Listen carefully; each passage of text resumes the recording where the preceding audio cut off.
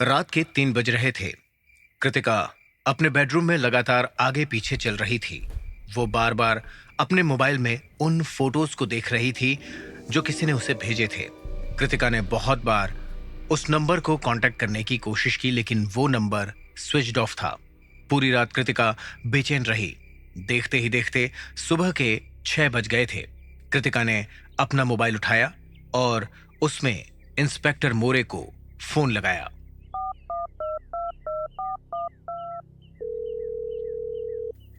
Hello. हाँ हाँ, मोरी sir. इतनी सुबह आपको डिस्टर्ब करने के लिए आई अपोलोजाइज, लेकिन एक अर्जेंट काम था आपसे। मुझे ना एक नंबर से ब्लैकमेल वाले मैसेजेस आ रहे हैं। क्या आप चेक करके बता सकते हो कि वो नंबर किसका है? Alan D'Costa Bhiwadi police station की जेल के एक कोने में बैठा था। उसे जेल में आए हुए अब पूरे 9 दिन हो चुके थे। उसके साथ उस जेल में 2 और लोग मौजूद थे। तभी एलन की नजर जेल के बाहर किसी पर पड़ी और वो सलाखों के पास आकर खड़ा हो गया। Inspector, oh inspector sir, please come here, please. Inspector More jail की सलाखों के पास आया। हाँ, मिस्टर एलन डी कोस्टा, बोलो, क्या बात है? मेरा सिस्टर शहरन से मेरा बात कराओ ना। उसने मेरे को बोला था कि मेरे लिए अच्छा लॉयर करेगी। अभी इधर मेरे को टोटल 9 डेज हो गया है, लेकिन उसका कोई अता पता नहीं है। इधर ये रियल गुंडा लोगों के साथ मेरे को नहीं रहना है। इधर में एक दिन भी और रहा ना तो मैं मर जाएगा। आपकी बीवी आने वाली थी ना, वो क्यों नहीं आई? उसको मैंने उसके मम्मी के घर मैंगलोर भेज दिया है। इधर वो सेफ नहीं है। क्यों? सेफ क्यों नहीं है? अरे, मैंने वो बाबूलाल को मार डाला ना, तो उसका कोई फैमिली मेंबर ने मेरे फैमिली पे अटैक किया तो मैं ये रिस्क नहीं ले सकता। एलन, टेंशन मत लो। हमारी इन्वेस्टिगेशन में पता चला है कि बाबूलाल की कोई फैमिली नहीं थी। अच्छा, बाद में बात करते हैं। इतना कहकर मोरे वहां से चला गया। तभी जेल में बैठा एक और प्रिजनर एलन के पास आया। उसने एलन की कमर पे हाथ रखा। ए एलन, मेरी बात मानता काहे को नहीं है? प्लीज मेरे से दूर रहो। देख एलन, मेरे को तू बहुत अच्छा लगता है, इसलिए बोल रहा हूँ। एलन ने गुस्से से कादर भाई की तरफ देखा। लगभग 50 साल की एज के कादर भाई ने लाल रंग की शर्ट और साथ ही टॉन जीन्स पहन रखी थी। अरे, आपको इतना अच्छा क्यों लगता हूं मैं? हाँ, मेरे अंदर इतना इंटरेस्ट क्यों है यार? पूरा टाइम मेरे पीछे पीछे पड़े रहते हो यार। सच बात बताऊं, देख तुझे देख के ना मेरे को मेरी पहली गर्लफ्रेंड याद आती है, शबनम। ये तेरी आंखें है ना, सेम टू सेम उसके जैसी है। और तेरा चोटी बांधने का स्टाइल, वो भी उसके माफिक है। एलन कादर भाई से 2 कदम पीछे आ गया। ये क्या क्या बोल रहे हो आप? हाँ, यही सच है, इसलिए बोलता हूँ कि मेरे साथ काम कर। तू डेयरिंग वाला आदमी है, अपन मिलके बहुत पैसा कमाएंगे यार। ओह, आप मेरे को अपने साथ काम करने को बोल रहे हो? अरे तो ऐसा बोलो ना, मेरे को डरा ही दिया था आपने। हाँ, तुझे क्या लगा? देख, अपन साथ में रोकड़ा कमाएंगे, पूरी दुनिया घूमेंगे, अच्छे अच्छे होटल में साथ में रहेंगे, वो भी बाथटब वाले। बाथटब में तेरे को गुलाब की पंखुड़ी डाल के देगा मैं तेरे को वो सब खुशियां देना चाहता हूँ जो मैं शबनम को नहीं दे सका। जितना गोल्ड चाहिए, जितना शॉपिंग करने का है तेरे को, सब करा के देगा तेरे को मैं। तभी कादर भाई ने एलन का हाथ पकड़ लिया था। एलन की आंखों में आंसू आ गए थे। एलन ने अपना हाथ छुड़ाया। कादर भाई, मैं आपकी गर्लफ्रेंड हूँ क्या? ये क्या बोल रहे हो आप? एलन चुपचाप जेल के एक कोने में जाकर सिकुड़ कर बैठ गया। आई मिस यू डैड। मेरी इज्जत को खतरा है इधर। आप होते तो मुझे ये हेल से 1 मिनट में निकाल देते। दोपहर के 4 बज रहे थे। कृतिका पुलिस स्टेशन में मोरे को अपनी मोबाइल में आई हुई वो फोटोज दिखा रही थी। इंस्पेक्टर मोरे उन फोटोज को गौर से देख रहा था। जब पास में खड़े हवलदार आलोक ने आगे होकर उन फोटोज को देखना चाहा, तो मोरे ने मोबाइल नीचे कर लिया। हवलदार आलोक, मैडम के लिए कॉफी तो भेजने बोलो। चलो जल्दी करो। कृतिका जी, आपकी आंखों में नींद दिख रही है। लगता है रात को ठीक से सोए नहीं आप। कैसे सोती? ये फोटोज नहीं देखी आपने? इन फोटोज में आप मेरी जगह होते तो आपको नींद आती? मैं आपकी बात समझता हूं, तो आपका कहना है कि ये फोटोज में आप नहीं हो और ये फोटोज एडिट की हुई हैं, फोटोशॉप की हुई हैं, है ना? ऑब्वियसली। अगर ऐसी कोई बात होती ना इंस्पेक्टर मोरे, तो मैं आपको खुद बता देती। ये फोटोज नकली हैं। बस अभी ये फोटो भेजने वाले की आइडेंटिटी सामने आ जाए, फिर उसकी तो खैर नहीं।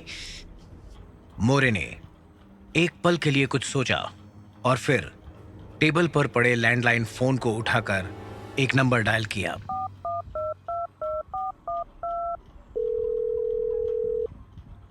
ओ, आइडेंटिटी माहित पडली काय? कृतिका ने अपनी कुर्सी थोड़ी और आगे खिसकाई। Who is the bastard? Tell me. सुशील यादव, लखनऊ का सिम कार्ड है। It's destroyed now.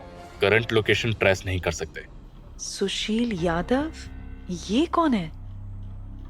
मोरे उठकर खड़ा हो गया और उसने अपनी कैप पहन ली।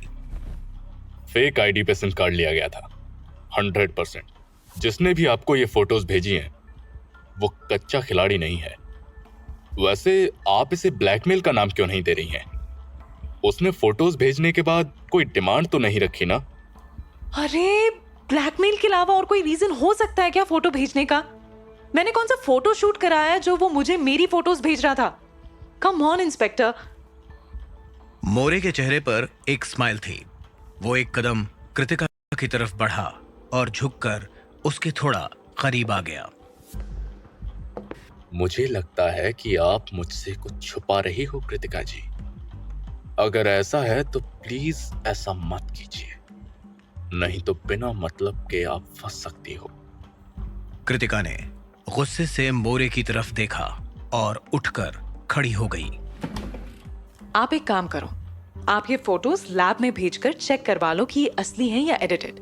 शायद तब जाकर आपको मुझ पर भरोसा होगा। Thanks and good bye. Kritika गुस्से में चौकी से चली गई। इतने में हवलदार आलोक हाथ में एक कॉफी का कप लिए वहां आ गया।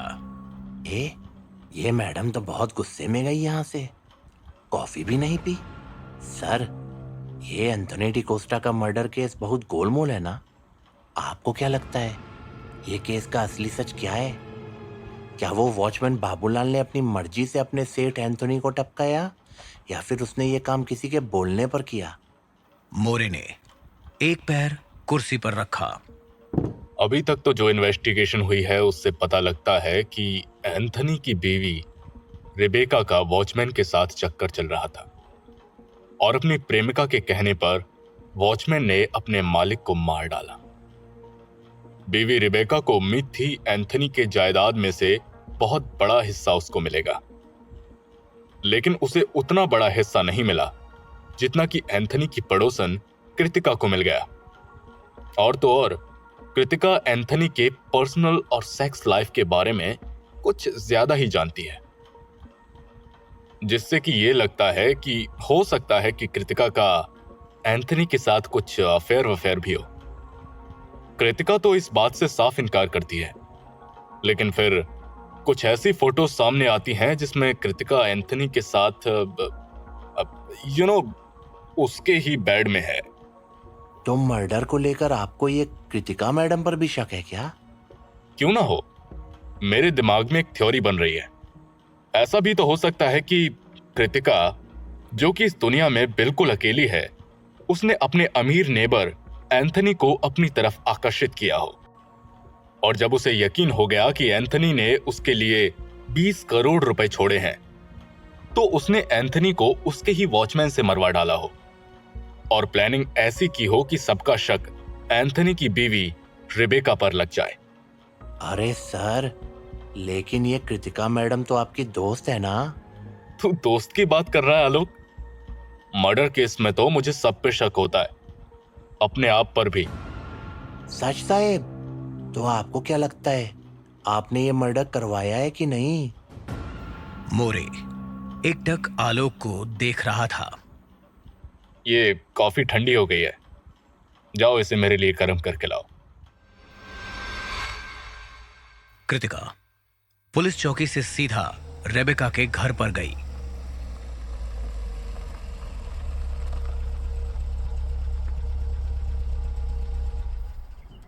रेबेका अपने बंगलों के लॉन में एक कुर्सी पर बैठी अपने ख्यालों में खोई हुई सी दिखाई दे रही थी जब कृतिका ने गेट पर खड़े होकर बेल बजाई।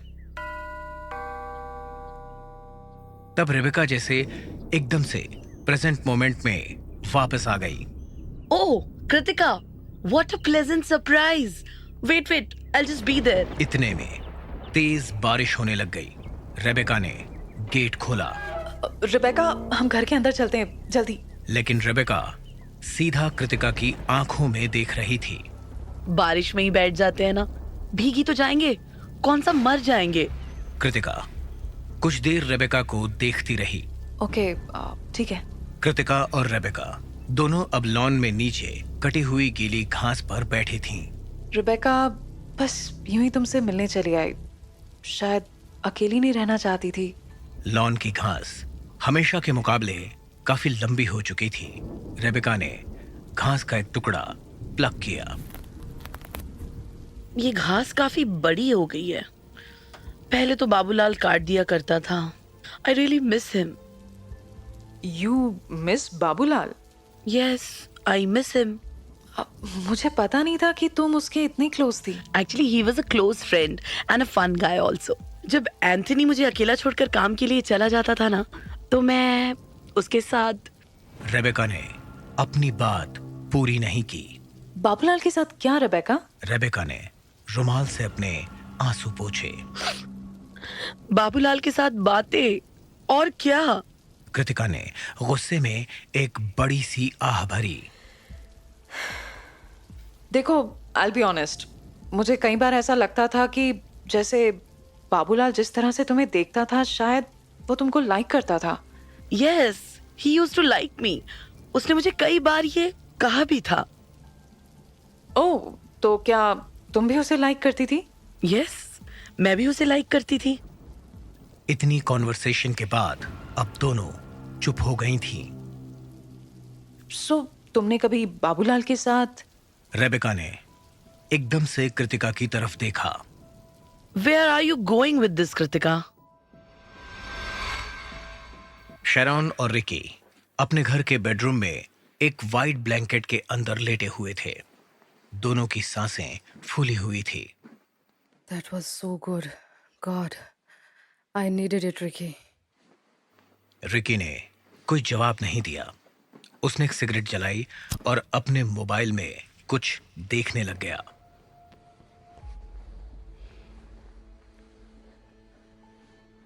रिकी की तरफ देखते हुए शैरॉन की आंखों में एक उदासी थी। Ricky, sometimes I feel कि तुम मुझे प्यार ही नहीं करते। रिकी ने चिढ़कर शैरॉन की तरफ देखा। ओ कम ऑन, अब फिर से शुरू मत हो जाना। आई डू लव यू, लेकिन अगर तुम्हारी एक्सपेक्टेशंस है कि मैं 18-19 साल के लड़कों की तरह हर रोज अपना प्यार एक्सप्रेस करता रहूं, सो दैट्स नॉट पॉसिबल। मैं ये सब समझती हूँ Ricky. I just need reassurance sometimes. Please Sharon, और इरिटेट मत करो मुझे। मुझे ऐसा क्यों लग रहा है कि डैड के मरने के बाद you have started taking me for granted? तुम्हें पता है कि डैड के बाद मेरा अब कोई और सपोर्ट सिस्टम नहीं है इस दुनिया में, इसीलिए तुम मुझे मिसट्रीट करने लग गए हो, isn't it? रिकी ने गुस्से में शैरॉन की तरफ देखा और फिर उठकर बाथरूम की तरफ बढ़ा। I need to take a shower. Ricky ने बाथरूम का दरवाजा अंदर से बंद कर दिया और फिर अपने मोबाइल से किसी को एक मैसेज भेजा। I miss you so much. Can we meet tomorrow in hotel Reeds palace? Kritika और रेबेका अब भी रेबेका के बंगले के लॉन में मौजूद थे। रेबेका नीचे जमीन पर बैठी हुई थी और बेचैन सी दिख रही कृतिका बस आगे पीछे चल रही थी। वो दोनों पूरी तरह से बारिश में भीग चुकी थी। रेबेका शक की नजरों से कृतिका को देख रही थी। Where are you going with all these questions Kritika? Babulal के साथ क्या? सवाल पूरा पूछो ना। मेरा मतलब है कि क्या तुमने कभी बाबूलाल के साथ बात नहीं की कि वो भी शादी वादी कर ले? अरे उसका अफेयर तो चल रहा था। कृतिका एकदम से सरप्राइज्ड हो गई। अफेयर? किसके साथ? रेबेका के चेहरे पर एक नटखट सी मुस्कुराहट थी। अपना वो मार्केट में दूध वाला है ना, उसकी बीवी झरना के साथ। What? Are you serious? हाँ, लेकिन इसमें उस बेचारे बाबूलाल का कोई कसूर नहीं था। वो झरना ही हाथ धोकर बाबूलाल के पीछे पड़ गई थी। अब बाबूलाल था भी तो कितना हैंडसम ना। क्या ये झरना के साथ बाबूलाल के फिजिकल रिलेशंस भी थे क्या? फ्रैंकली स्पीकिंग मुझे पता नहीं है, बट इट्स ऑब्वियस कि होंगे ही ना। कृतिका अब नर्वस सी दिखाई दे रही थी। रेबेका की तरह वो भी पूरी तरह भीग चुकी थी। I seriously want to know this, Rebecca. तुम्हें क्या लगता है बाबूलाल ने एंथनी को क्यों मारा होगा? मुझे प्लीज अपने दिल की बात बताओ। I really have no idea Kritika. Police वालों को भी 10 बार बोल चुकी हूँ कि मुझे नहीं पता कि बाबूलाल ने एंथनी को क्यों मारा। I mean, एंथनी हमेशा बाबूलाल के साथ इज्जत से बात करता था। इनफैक्ट उसे वो लाड प्यार में रखता था। कभी कोई पैसों की जरूरत आ जाती थी तो एंथनी इमिडिएटली उसको दे देता था। और बाबूलाल भी एंथनी को हमेशा रिस्पेक्ट से ही बात करता था। ट्रस्ट मी, मैं भी इससे इतनी ही शॉक्ड हूं जितनी कि तुम कृतिका। कृतिका अपनी कमर पर हाथ रखकर ऊपर आसमान की तरफ देख रही थी। उसने अपने चेहरे पर तेज बारिश की बूंदों को महसूस किया। कृतिका को बारिश की ये बूंदें एक कर्ज की तरह लग रही थी। Rebecca, I want to talk to Anthony now. No Kritika, मैंने कहा ना कि मैं ये सब छोड़ चुकी हूँ। अगर मैंने इस फेथ को नहीं छोड़ा तो मेरे से अनइंटेंशनली सब कुछ डिस्ट्रॉय हो जाएगा। प्लीज एक आखिरी बार। कृतिका उसके पास आकर बैठ गई। देखो, बार बार स्पिरिट्स को इस तरह से तंग करना सेफ नहीं है। इस बार स्पिरिट हमें 100% नुकसान पहुंचाएगी। हम मर सकते हैं कृतिका। कृतिका ने रेबेका का हाथ पकड़ लिया। I want the truth. If I die, I die.